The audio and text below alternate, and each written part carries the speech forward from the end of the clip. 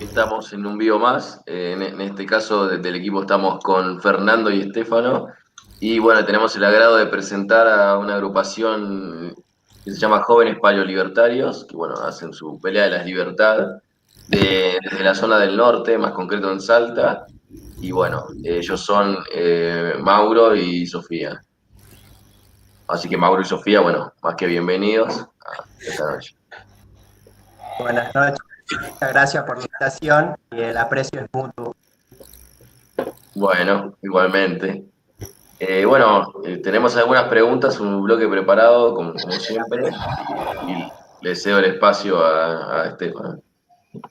Bueno, antes de empezar con lo que es más en detalle de la agrupación, me gustaría empezar cada uno desde su costado, preguntándoles por qué, siendo jóvenes y en la coyuntura actual, por qué decidieron involucrarse en el mundo de las ideas de la libertad y cuál fue su gran impulso para dar rienda suelta a este costado. Personalmente creo que fueron múltiples las variables que dieron como efecto el que me condicione o tenga una concepción política o ideológica que se relacione con el sector de derecha. Prácticamente en la secundaria mi rol como alumno era pasivo, no cuestionaba nunca lo enseñado por el docente por parte de las materias de historia específicamente, por el temor, por el misticismo de creer que por ser docente, tener una preparación en determinados temas, todo lo enseñado es verdadero.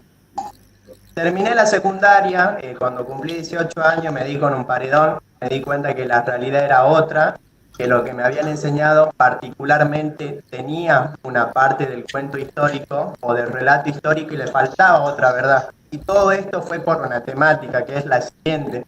Lo que pasó en el 70, los 24 de marzo nos hacían ver las películas de La Noche de los Lápices, nos decían que habían matado a jóvenes idealistas, que los desaparecidos eran 30.000, nos hacían leer los libros de Ernesto Sábato, y así terminé en una inocencia que en tal grado militaba o asistía a las reuniones brindadas por el Partido Obrero. Tenía a Ernesto Che Guevara como un referente a seguir, un gran revolucionario, pero todo cambió cuando tuve una charla con mi padre, porque mis padres son separados. Viajé a Buenos Aires a los 18 años precisamente, me di con otra verdad. Tuve tíos que fueron desaparecidos en la época de los militares y no eran porque estaban inocentemente caminando o estaban afuera haciendo sus quehaceres, sino que militaban para determinados grupos. Y eso me llevó a cuestionarme. No, pará, capaz que la escuela me enseñó algo mal o mi padre me está tomando el pelo y me está dando un relato que es sumamente falso. Empecé a cuestionar, llegué a Nicolás Márquez, a Agustín Laje, a Nahuel Sotelo, que fueron personas que me influenciaron y empecé a formar mi pensamiento personalmente. En el caso de Ernesto Guevara, traté de analizarlo en el contexto departamental y me di con otra realidad. No sé si saben ustedes, en el 63 y en el 64, la guerrilla de Ernesto Che Guevara viene al norte argentino con la idea de aplicar por primera vez lo que se conoce como la guerra de guerrilla o el foquismo. Entre todo este atentado se dio una operación que se llamaba Operación Santa Rosa, que eran unos grupos de gendarmes, en el cual era liderado por el gendarme Romero, iban en busca de las guerrillas que estaban escondidas en el Monte Coloniense, que es el lugar donde crecí. En el atentado o en el enfrentamiento entre las Fuerzas Armadas Argentinas, los grupos guerrilleros, se dio la muerte de Hermes Peña, el general Massetti, por así decirlo, y cuando salí a caminar en las calles me daba cuenta que los jóvenes, con la inocencia que tuve en determinado tiempo en el transcurso de mi secundaria, militaban para el Partido Obrero, tenían camisetas con un cartelito de Ernesto Che Guevara, y dije no. Y se dio la oportunidad de leer un libro de Chesterton, que él explicaba que va a llegar el momento donde uno va a tener que desenvainar la espada para explicar que el pasto es verde. Y la agrupación Jóvenes Paleolibertarios surgió por esta problemática. Nosotros prácticamente lo que hacemos es analizar todas las problemáticas culturales, sociales, para buscar alternativas que brinden soluciones a los jóvenes, ya sea en el ámbito laboral o en el ámbito secundario, que no tengan el mismo tropiezo que tuve yo en la secundaria. Y empezamos a trabajar con los talleres de lectura. Tuve el placer de conocer cuando salía afuera que había gente que estaba estudiando profesorado de lengua que también tenían esta motivación de aportar un granito de arena y generar un cambio en los jóvenes. Logramos hacer talleres de lectura no únicamente con libros de las ideas liberales, sino que nuestro propósito es tener una biblioteca universal en donde se pueda leer la doctrina peronista, el manifiesto libertario de Rothbard, el manifiesto comunista de Marx y Engels, y que los jóvenes, directa o indirectamente, formen su pensamiento personalmente y tomen una decisión propia, fomentando el pensamiento crítico y el sentido común, que es lógico que lo va a direccionar a los sectores donde estamos ubicados nosotros, los liberales, los conservadores o los nacionalistas. Perfecto. Sofía, ¿qué te surgió para involucrarte en este mundo de ideas?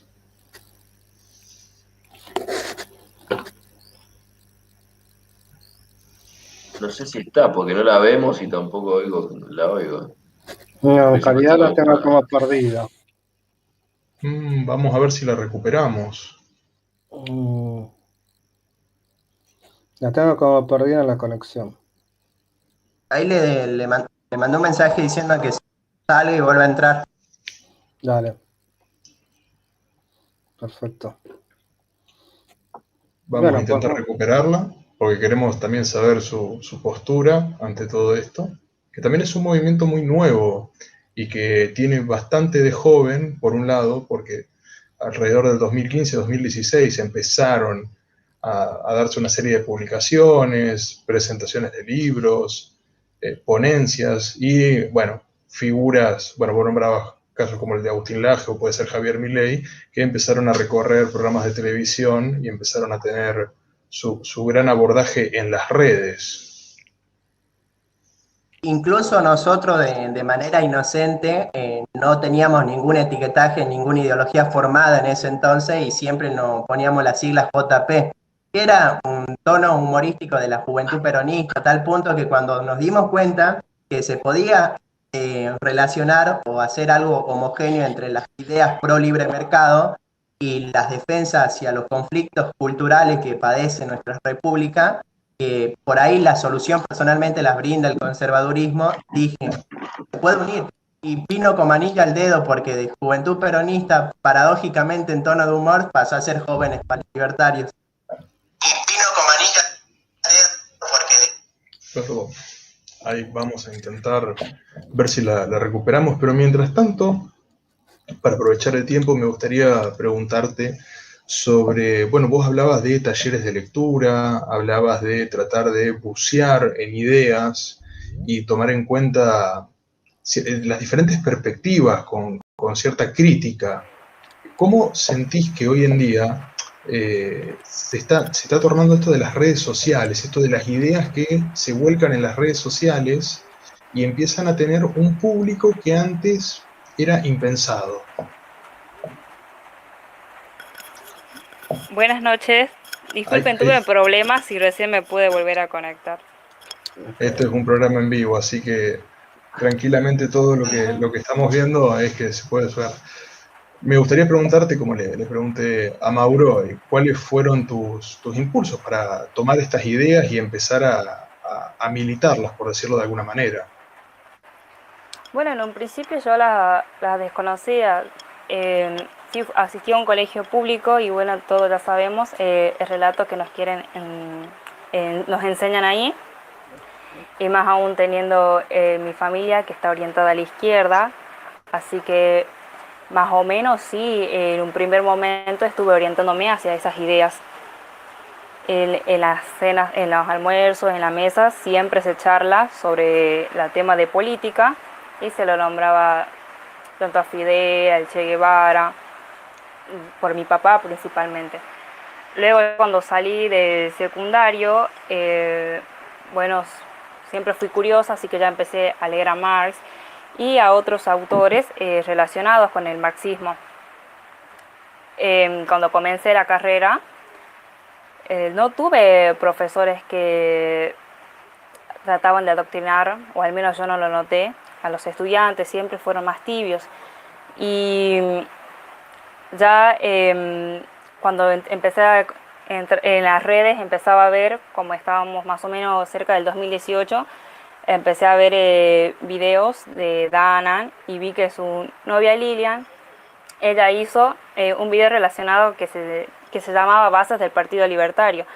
Entonces ahí me despertó a mí el interés de seguir indagando y así llegué, bueno, a referente como expert, pero como que me faltaba algo y para que me terminara de cerrar. Lo que más me llamó la atención, bueno, sobre las propuestas de expert fue el sistema de voucher educativo y bueno, ahí fue donde investigando, googleando, llegué a la Escuela Austriaca de Economía con Ludwig von Mises, Milton Friedman. Me llamó bastante la atención y ya me sentí muy identificada y decidí quedarme con estas ideas que creo que no se aplican, no se venían aplicando desde bastante tiempo y no, al menos yo desconocía los referentes que había hasta el momento. Y bueno, decidí empezar a dar a conocer las ideas, ya que a mí siempre no me basta solo con leer y sacar mis propias conclusiones, sino que me gusta a mí difundir todo el conocimiento que yo he logrado. Okay. Quisiera hacerte una pregunta también. La siguiente pregunta, ahí va. Ustedes estuvieron en la provincia de Salta prácticamente el gobierno de Romero, que duró una dinastía, hasta que, bueno, después se dio vuelta y se fue para Juntos por el Cambio. Volvió otra vez el peronismo y todo. Y me llama un poco la atención cuando decís que, tanto en el caso de Moro como en el tuyo, hablan de que primero siempre van por el lado de la izquierda y luego ya tenés que preguntarte mucho para en un momento de encontrar otro camino. Mi pregunta es, ¿cómo es el sistema educativo? ¿Cuáles son las falencias? En el sentido de que vienen prácticamente con gobernadores que tratan de convertir una dinastía, como se ven prácticamente en muchas de las provincias del norte. ¿Querés que empiece yo, Sofi? Sí, empezó. Me gustaría empezar con el sistema de salud. Mi padrastro en este caso es encargado del hospital. Y acá, en Colonia Santa Rosa, es parte del departamento Aram. Y estamos a 30, 45 minutos o más tardar una hora, dependiendo de la velocidad del viaje, del límite o frontera con Bolivia.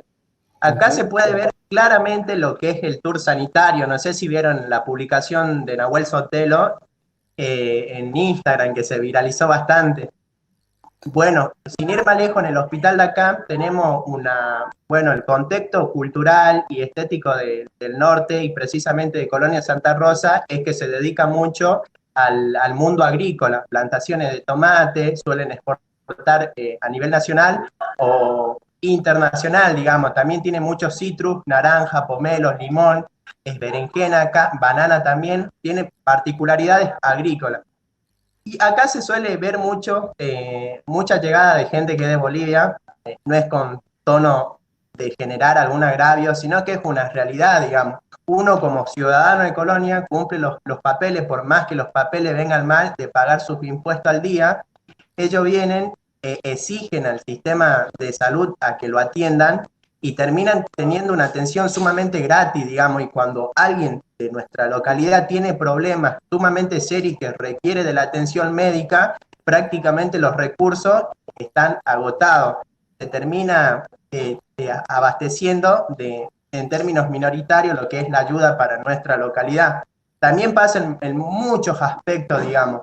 En el sistema, en el modelo educativo, prácticamente acá tenemos una escuela técnica y un colegio secundario. Más de eso no hay, digamos. La mayoría de la gente que es de clase media y alta opta por mandar a su hijo al departamento Orán a que estudien y terminen la secundaria en lo que es un colegio privado.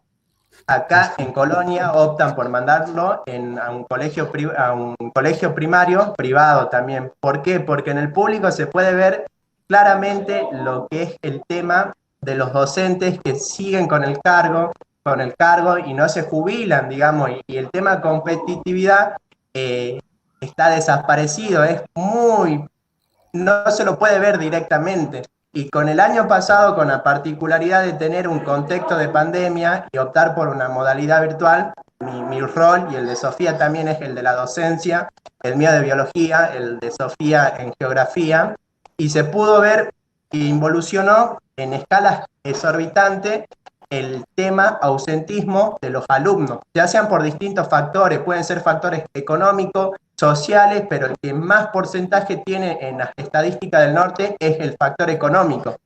Se pudo ver alumnos que no contaban con los recursos, por ahí tenían un celular, tenían WhatsApp, podían acceder a los formatos PDF o Word que mandaba el docente, pero al momento de disipar dudas, la presencialidad del docente es fundamental, digamos, que esté al frente y uno trate de cuestionar algunos temas que no entienden. Y no podían cargar el crédito al celular porque es una realidad, digamos, muchas veces acá el tema económico, la gente prioriza trabajar para comer y ahorrar poco y nada, porque acá lo que se ve mucho también es el empleo en negro, en las fincas, en los lugares que producen verduras o fruta.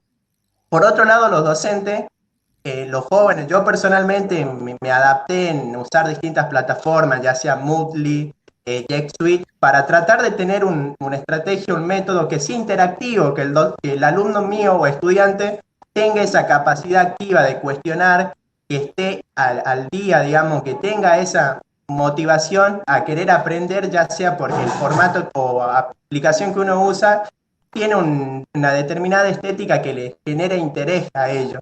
Pero se pudo ver que la mayoría de los docentes, eran casi de 40 para arriba, únicamente optaban por usar WhatsApp y Classroom.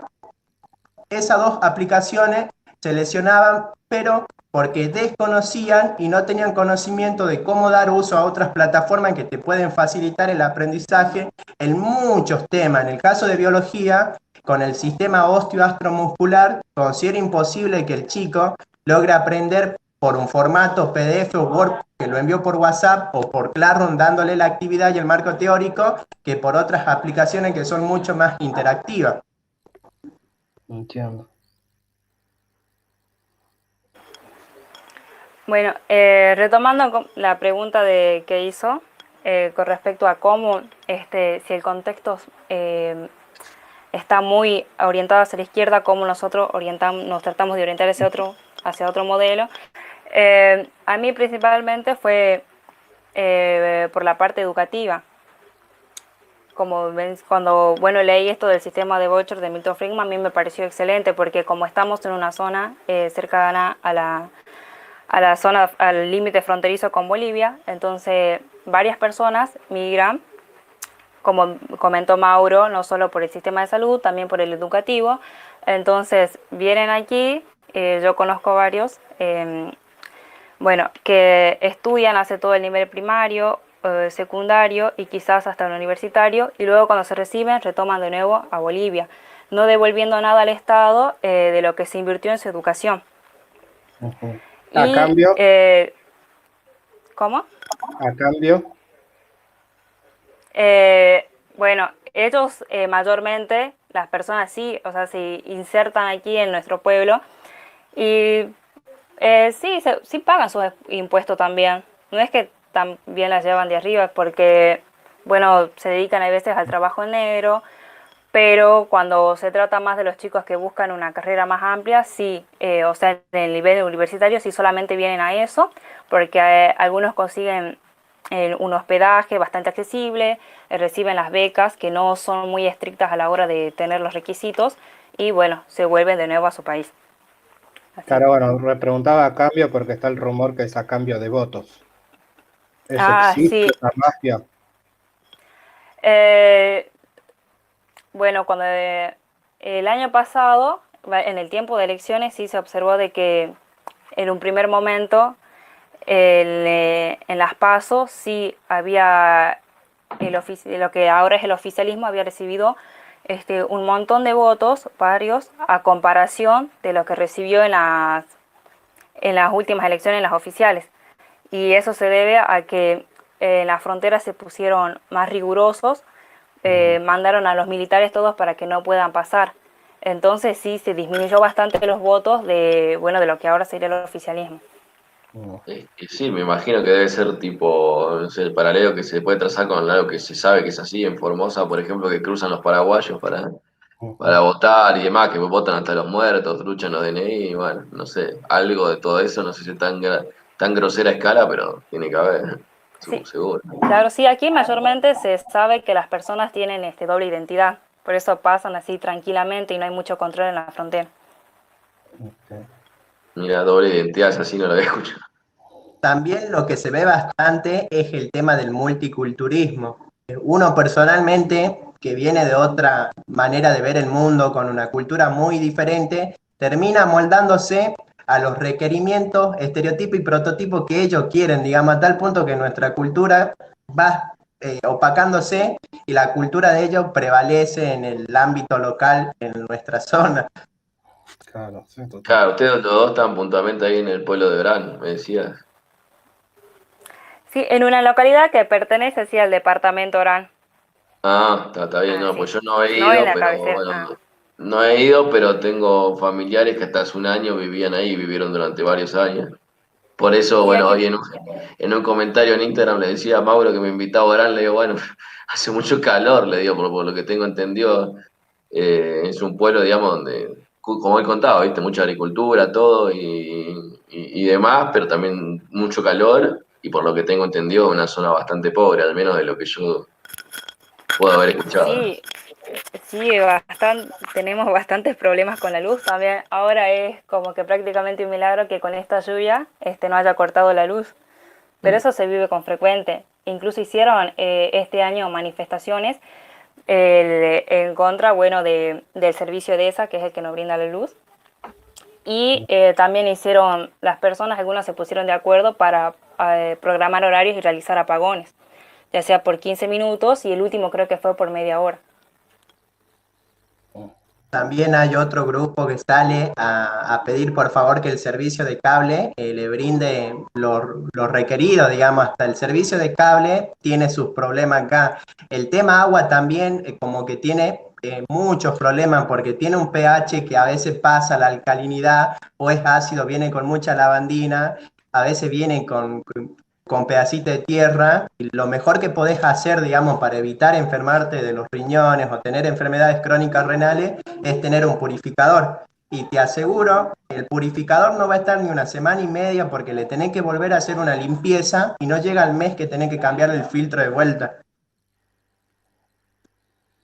Claro, son caros. Sí, bastante. Y más, como la mayoría aquí de las personas son jornaleros ahí en las quintas, no tendrían todos acceso para comprarse un purificador, que creo que ahora está a más de 7.000. Y se ve que sí, algunas personas compran lo que sería el bidón de agua potable, que les resulta más accesible, así, cosa que lo compran cuando pueden, cuando tienen plata.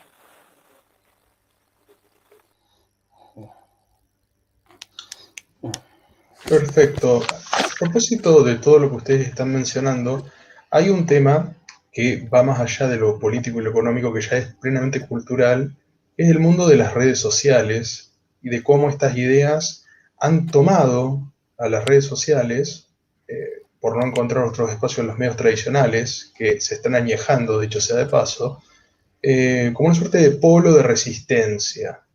¿Cómo ustedes desde su sector están viendo esta preponderancia de las redes sociales y cómo esto va cada vez llegando a más jóvenes?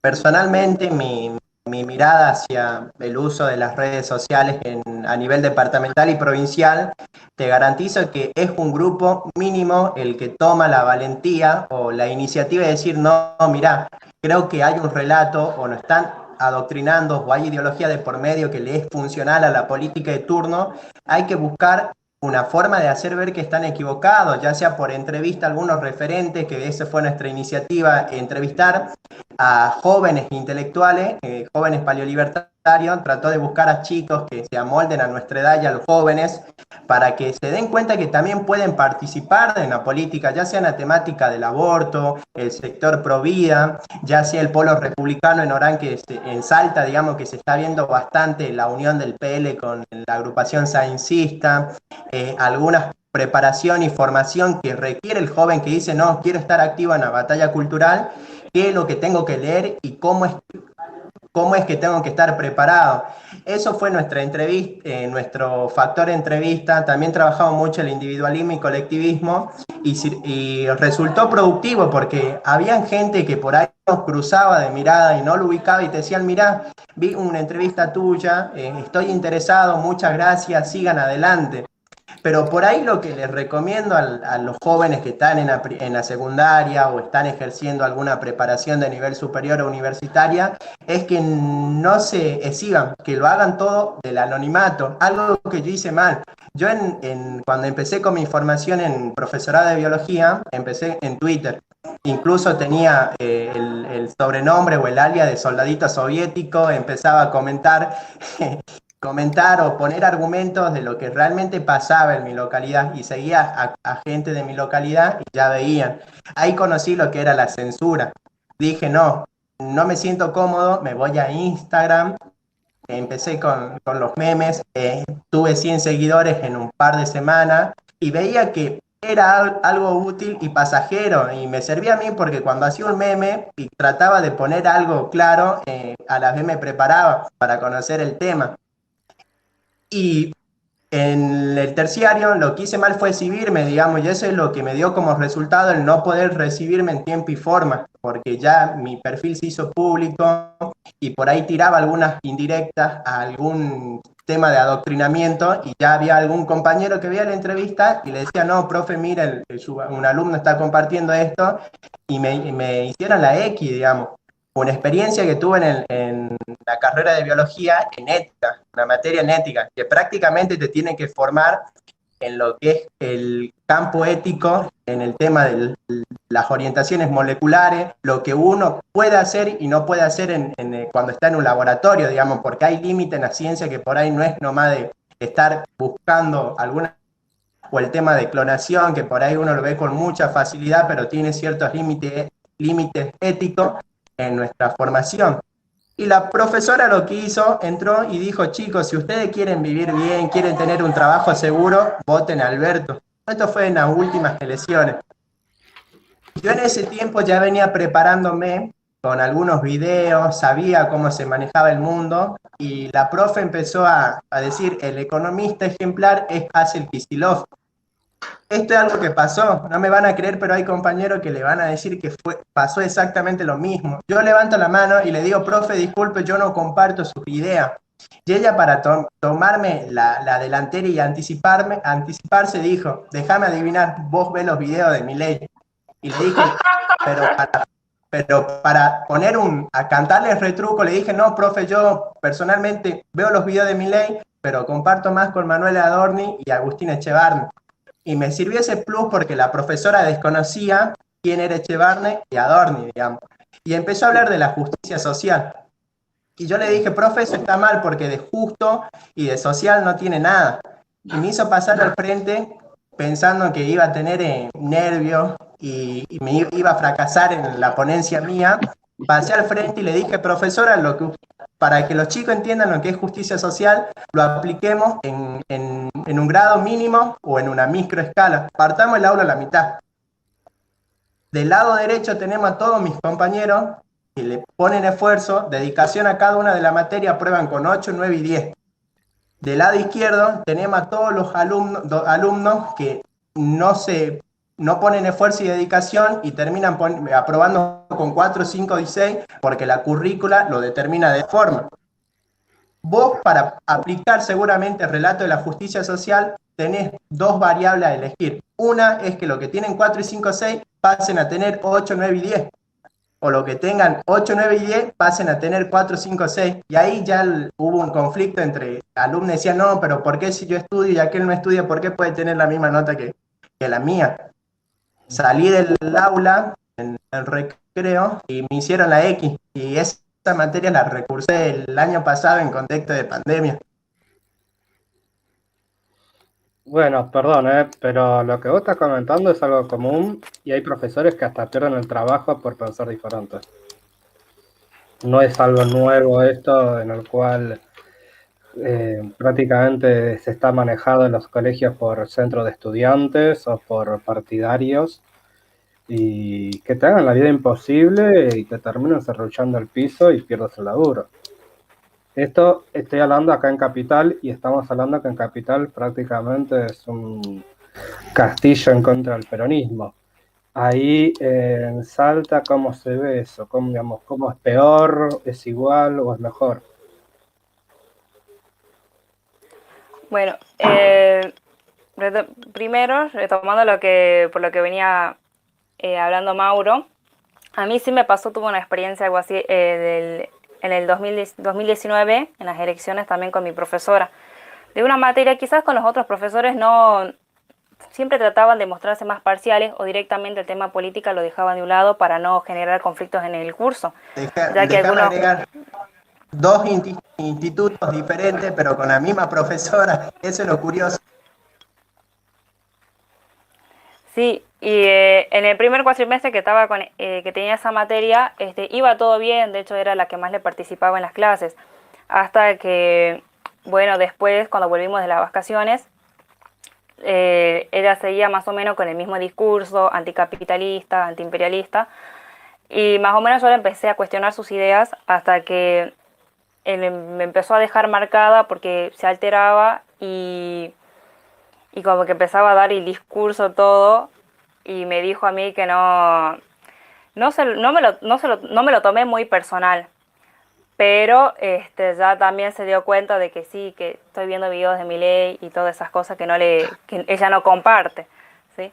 Yo no le dije que sí veía los videos de Milei, pero que estaba también buscando otros autores, el que me gustaba a mí en ese momento era más Axel Kaiser, y ella lo desconocía. Luego, con las redes sociales, yo creo que en nuestra localidad sí es una buena forma de poder llegar a estas ideas libertarias, porque vivimos en un lugar que hace más de 10 años es gobernado por peronistas. Por más que no sean del mismo partido político, no dejan de ser peronistas. Y todo lo que se habla, por ejemplo, si uno dice, habla de privatizar la escuela, ya lo ven como una mala palabra prácticamente, una mala expresión. Entonces, cuando uno entra a las redes, ahí es donde empieza a ver las páginas, de diversas páginas, y ve a otros referentes, empieza a interesarse por el tema. Y por ahí cuando yo entré en un primer momento creí que no lo conocía todavía Mauro, y creí que era más o menos la única que estaba tratando de integrarme en esto. Hasta que, bueno, cuando en este año recién yo pude integrarme con Mauro en ese grupo de jóvenes paleolibertarios porque él me parece que ya me conocía de vista y me mandó mensaje, ¿sí? Y con la otra pregunta, ¿cómo era la siguiente? La que me había dicho el señor Fernando. No, yo lo que te estaba preguntando era que acá en Capital, por ejemplo, si vos pensás diferente a lo que son centros de estudiantes de la escuela o los directivos, probablemente pierdas el trabajo. O bueno, en el caso de los alumnos también pueden llegar a reprobar, pero tal vez no es tan así. Pero sí he visto casos en que el directivo era del PRO y un profesor era de todos, y bueno, la cuestión fue que entraron en conflicto y terminó perdiendo el trabajo. Y al revés también, personas que eran ultra kirchneristas y profesores que eran de Cambiemos y se han llegado hasta acusarlo de violador o acosador de alumnos. Entonces, casos hasta ya mentiras, que bueno, eso perjudica totalmente el trabajo. Ese enfrentamiento se ve también en Salta, ¿es peor o es mejor? ¿Cómo se manejan los directivos escolares en ese aspecto? Bueno, en mi institución sí hay personas que sí son ultra kirchneristas y otra, no veo que sean muy macristas, pero más o menos demuestran que que comparten ese tipo de ideas, aunque no se diferencian mucho. Pero no llegaron a enfrentarse así. Sí, en ese tiempo, que en el 2019 sí teníamos algunos docentes que estaban en su candidatura, ya sea para concejal, pero no, sí se tomaron varias licencias, no fueron a dar clases, pero no hicieron campaña en el curso, ¿sí? Salvo que por ahí en el momento de recreo, alguno de los chicos que nos quedamos en el curso, alguno le haya preguntado sobre sus ideas y eso, pero no fue más allá. Ok, más tranquilo entonces. Re tranquilo, sí. Se pudo notar en el terreno en donde hice mi preparación en la docencia en biología, es el enorme avance en el campo de los grupos hegemónicos, en este caso los sectores de izquierda y los progresistas. Yo nunca pensé que en biología se iba a priorizar más ideología de género, tema de inclusión, que hay que incluir al delincuente, porque si el delincuente sale o roba o mata a alguien es porque la política lo llevó a que tome esa decisión, porque es algo que te repiten memorísticamente los docentes. También el tema aborto. Un profesor de biología, no se priorizan materias fundamentales como evolución, genética, embriología, microbiología y micobiología o fisiología vegetal o humana y animal. Se empezaron a implementar estos tipos de ideas para que el chico salga pensando tal cual que ellos quieren, digamos. Yo te aseguro que si te cruzas con algunos egresados, van a ser poco lo que te van a hablar de los contenidos que tiene que saber y manejar un docente en biología, y van a ser más lo que te van a hablar de ideología de género, el tema inclusión, y etcétera. Eso es lo que se puede ver, que ya se ve con claridad el enorme avance que están sucediendo en las instituciones educativas. Ahora qué locura, ¿no? Porque yo lo que me dijiste de género y aborto, obviamente no lo comparto, pero me lo veía venir. Ahora digo, ¿qué carajo, hablando mal y pronto, tiene que ver el tema de si el delincuente es o no es una víctima de la sociedad, etcétera, etcétera, con la biología? Absolutamente nada. ¿No? O sea, por lo menos el género y el aborto, ok, son cosas que riñen contra la biología, es más, son ideas anticientíficas y un montón de cosas que podemos hacer un debate aparte, pero bueno, dentro de todo está relacionado con la biología, ¿no? Lo otro, nada que ver. O sea, hasta dónde llegan, ¿no? Con tal de meterla, o adoctrinar las ideas, digo, o adoctrinar a la gente. Increíble. Y si no compartís esas ideas, te tratan de egoísta, que pensás en vos mismo, que no tenés empatía en el otro, y etcétera. Un montón de etiquetaje. Sí, sos Sí, un lo que facho. dice, Son todos fachos menos ellos. sí, sí, es verdad lo que dice Mauro. Yo no, yo es como, yo estudio en una institución que queda en otra localidad, pero mi entorno mayormente sí elige por estudiar la carrera que hace Mauro. Y sí me encuentro con algunos chicos que la verdad que sí más saben hablar de ideología de género y aborto, y no sobre temas de genética, que son los que realmente les competen. Claro. En mi caso, como yo estudio geografía, es una de las ramas de las ciencias sociales, sí se vieron esos temas, pero superficialmente nomás. No se toca, es como que lo vieron como un tema delicado. No sé si los docentes se pusieron de acuerdo para no llegar a mencionar esos temas y que se produzcan conflictos ahí en la institución. Pero sí teníamos una materia que se llamaba geografía social, y en una sí nos hacían mencionar con respecto a la geografía del género y todo eso, pero todo fue superficial en ese sentido. En el Así tema que de yo la al adoctrinamiento geografía, no lo viví como lo viven otros chicos.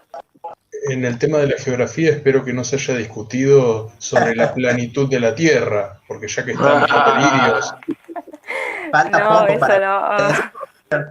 O la No, pero provincia de la igual, si Antártida. hablamos de delirio, geografía de género, ¿cuál es el género de la geografía? La montaña, ¿por qué no se dice la montaña? No, no sé. pasa. Y- Después Igual, lo típico, pero en biología, que lo que te da a cuestionar, que no va direccionado a los contenidos de ciencias naturales, es el tema de la dictadura en la época del 76 y el 69 prácticamente. En biología ves eso, digamos, y tenés choque con los profesores. Y yo cuando empecé a mostrarle datos de los libros de Tata Joffre, fue Cuba, Nahuel Sotelo, Agustín Laje, Victoria Villarruel, Nicolás Márquez, la profe lo único que dijo en el grupo de WhatsApp: no sean como él, que agarra frases de autores que no tienen preparación académica. Eso es lo único que dijo. Bueno, es tan fácil Bueno, como agarrar Google y tirarle, mira, Agustín Laje estudió todo esto, Villarroel, etcétera, y ya está. bueno, perdón que interrumpa, pero por lo menos yo tengo, toda mi familia se dedica a lo que es la educación. Y tienen, traen los libros y apuntes y todo lo demás, y cada tanto me he puesto a ver de qué se trataba cada cosa. Y prácticamente los autores que tenés es a Diana Pudrós, Filmus, Freire, y te querés morir. Las cosas que dicen no las podés creer. Entonces ya a partir de ahí yo ya veo que hay un lavado de cabeza impresionante. Como para decir lo que acaba de decir Te acá. comento una estrategia que logré analizar yo. En el segundo año tenemos filosofía. Ujú. Mediante los autores, pues en este caso de Derrida, te empiezan a inculcar la filosofía de la desconstrucción, por así decirlo.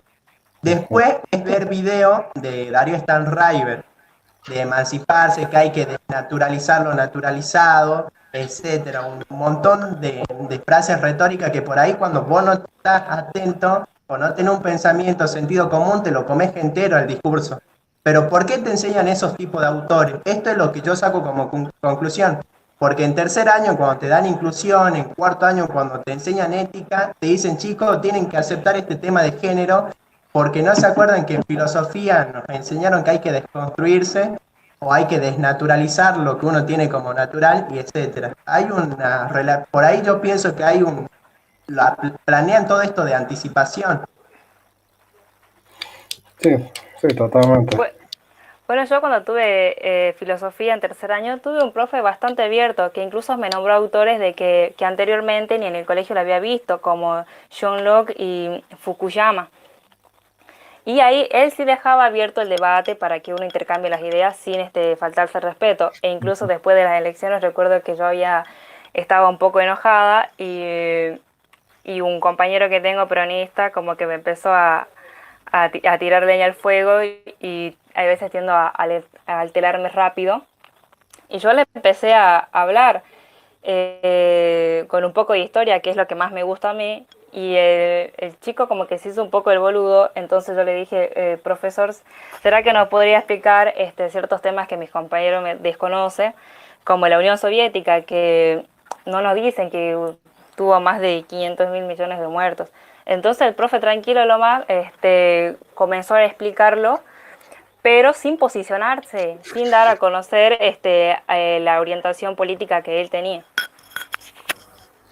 Sí, a propósito de eso, es un tema que capaz es muy de sentido común, pero bueno, en la Argentina desde hace unas cuantas décadas parece que tuviéramos alergia al sentido común, que es el tema de que para qué se hacen los debates, por qué son necesarios en primer lugar, pero también para qué uno hace un debate, si no es para aprender. Lo que pasa es que acá tenemos mucho la futbolización, por decirlo de alguna manera, de tener razón por tener razón, cuando en un debate lo único que tiene que dar es evidencia empírica, datos, argumentos, testeos y bueno, otro tipo de herramientas que permiten decir, bueno, esto no es una opinión, me sustento en estas fuentes y puedo llegar a esta conclusión. Eso también parece que fue borrado del mapa porque, no sé, será heteropatriarcal, como dicen ahora, pero eso también está muy ausente en general.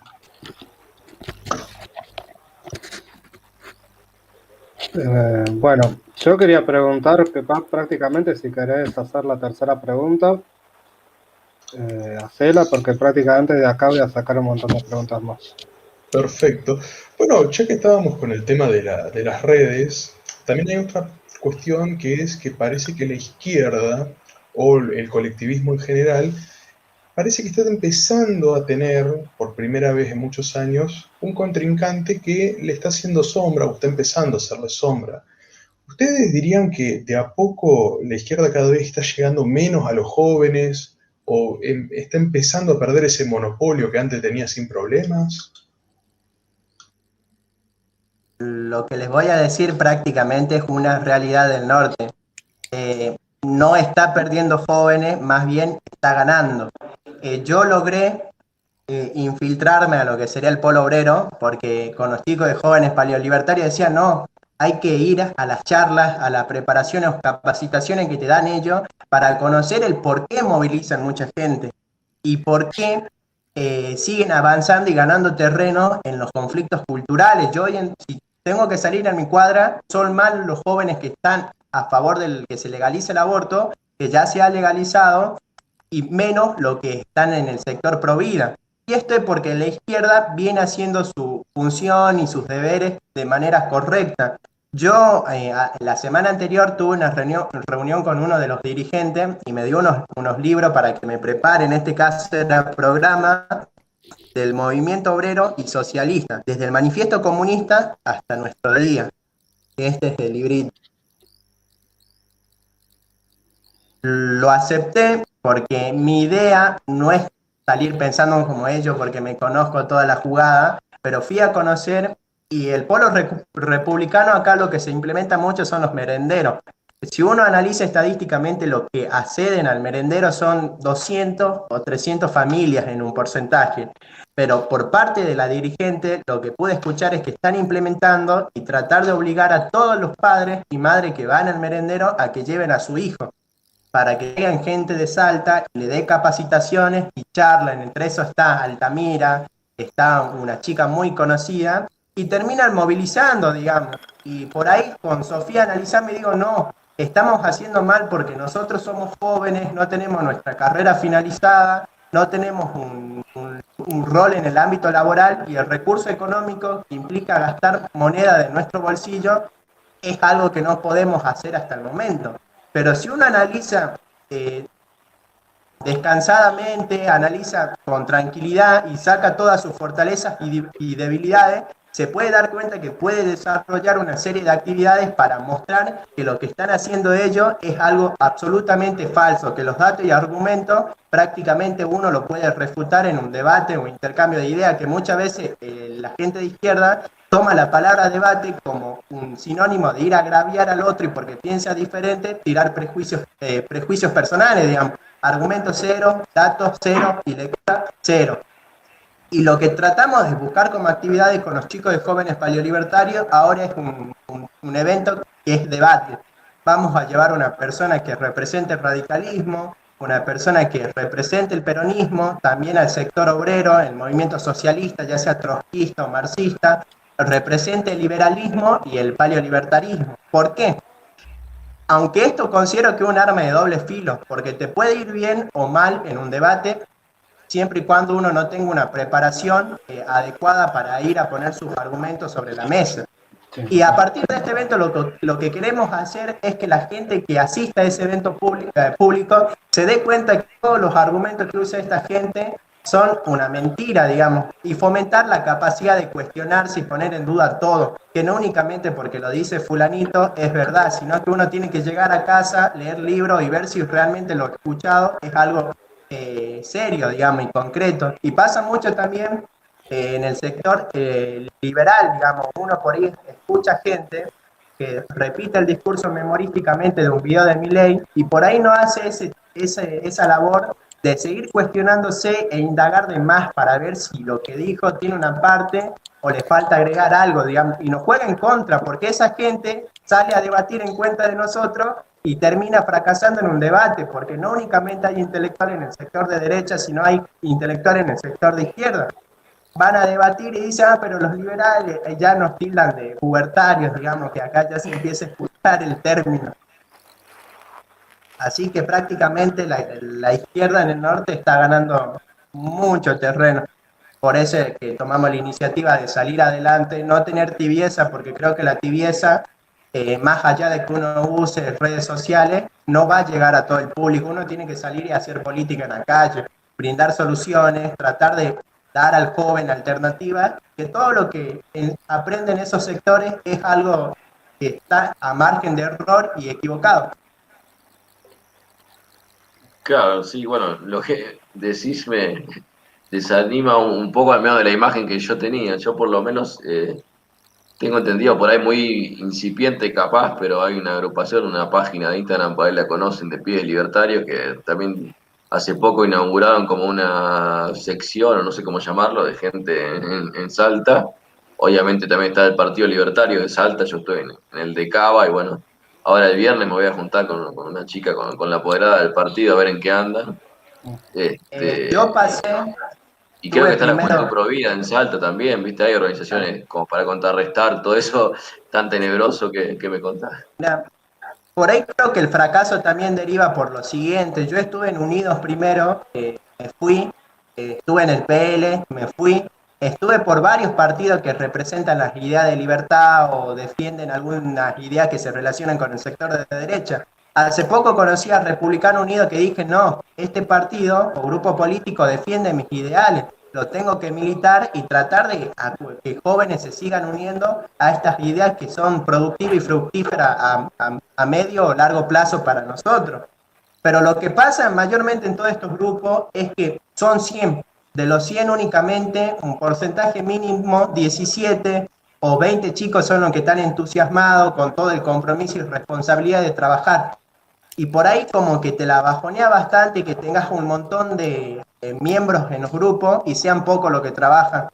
Y se ve mucho eso, digamos. Nosotros venimos con proyectos y ahora el Republicano Unido, gracias a toda esta situación, se pudo fortalecer nuestro proyecto, digamos, de ponerlo en marcha, llegar a más gente. El tema preafiliado y afiliación no lo estamos tratando porque consideramos más viable tratar de predicar con lo que teníamos como propósito en el inicio, brindar soluciones y herramientas a los jóvenes. Estamos en eso. Una vez cumplido ese proyecto, ahí podemos decir, mira, sos bienvenido a esta agrupación o a este partido. Si querés o no querés unirte, todo bien, te respeta tu decisión. Eso es lo que estamos haciendo. Okay. Sí. Quizás con respecto a los jóvenes, sí uno ve que por las redes sociales que bueno, en las ciudades grandes, Buenos Aires, Rosario, se ve mucha movilización de jóvenes con respecto a que imparten todas estas ideas, pero aquí en nuestra zona no. Principalmente, como ya lo menciona Mauro, porque la mayoría de los jóvenes, bueno, participan en lo que es el sector de los merenderos, en gran parte del departamento, y son estos grupos los que salen a la calle a hacer las protestas. Ahora están haciendo campañas para los chicos de la Fundación Hop, algo así, por el Día Internacional del Cáncer Infantil. También son estos grupos los que ocupan las radios. Entonces siempre más se terminan difundiendo esas ideas y no las ideas de la libertad. Yo sí comencé primero trabajando con el Partido Libertario y me integré en el grupo del departamento Orán. Pero es un grupo bastante quieto. El año pasado sí, pero empezaron como más a centrarse a dar sus opiniones con respecto a la pandemia y no a trabajar sobre algún proyecto fijo. Entonces, por esto es que decidí trabajar con Mauro, Joven Español Libertario, y bueno, que posteriormente se unió a Republicanos Unidos. Perfecto. Perfecto. Bueno, ya que estamos en los últimos minutos del diálogo de hoy, y que pasamos por tantos temas, si cada uno podría dar hacia la juventud, hacia la gente que por curiosidad o porque no sabe nada y está interesado en todo este mundo, si podrían darle cada uno un mensaje sobre todo esto.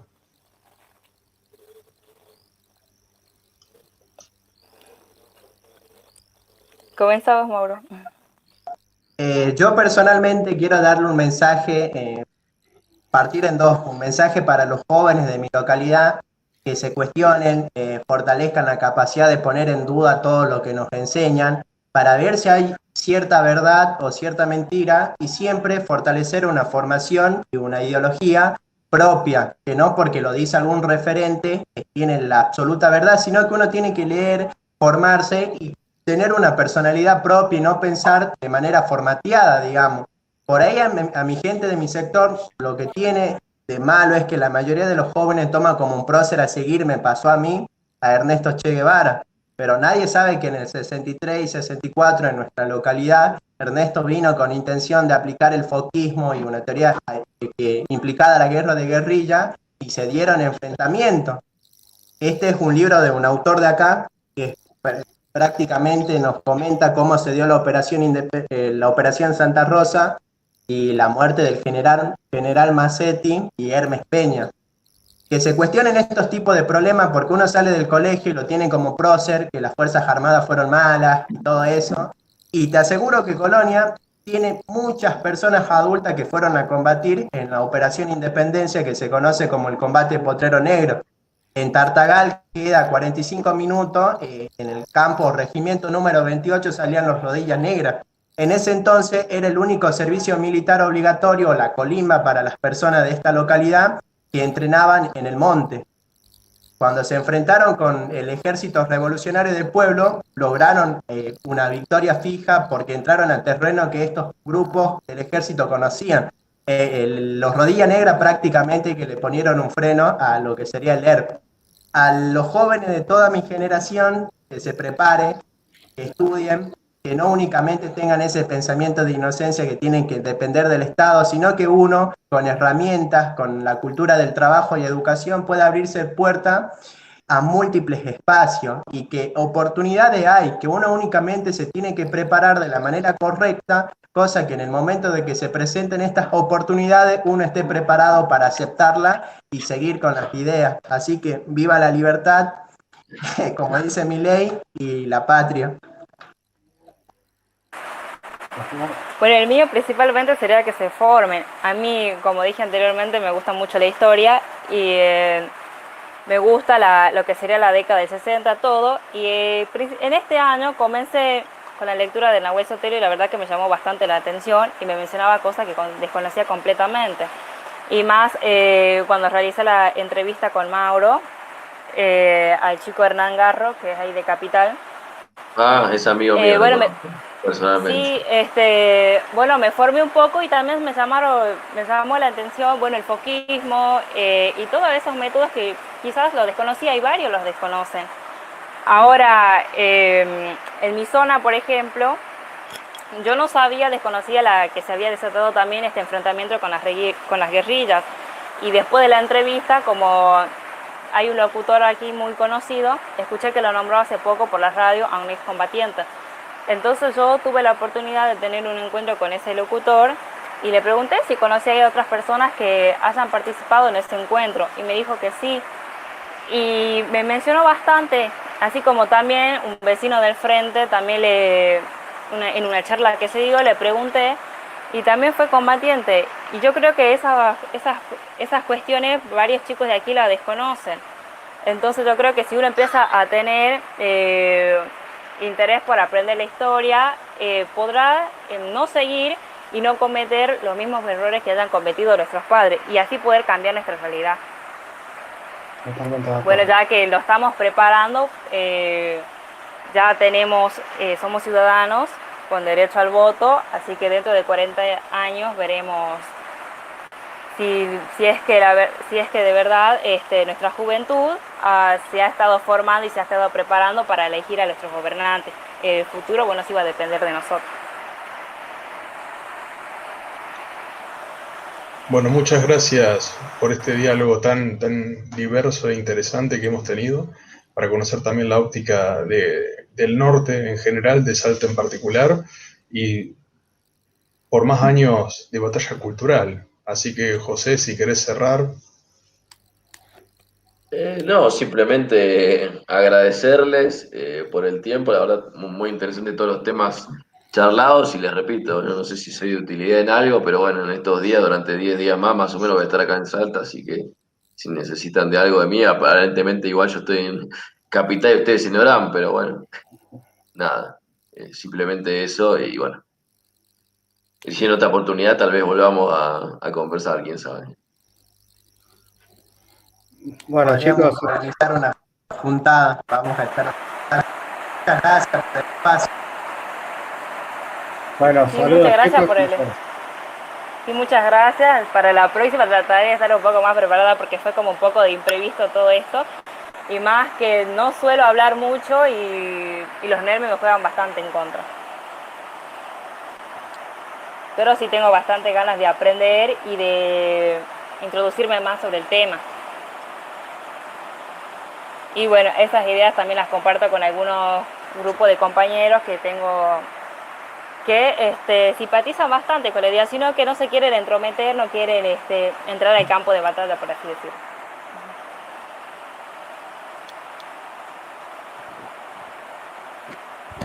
Bueno, chicos, nada más. Muchísimas gracias por el tiempo que nos han dedicado. Se escucha de acá la lluvia, la tormenta acá y allá. Sí, mal. Así que bueno, cualquier cosa, cuando quieran hacer otro en vivo, alguna cosa, nos avisan, nos estaríamos viendo. ¿Vamos? Dale, suerte, muchísimas gracias. Perfecto, estamos en contacto. Me gustaría a futuro entrevistarlo a ustedes para que los jóvenes de acá los conozcan, nos queden jóvenes libertarios. Muy pronto. Cuídense, que es proyecto. Bueno, estaremos encantados. Muchas gracias, gente.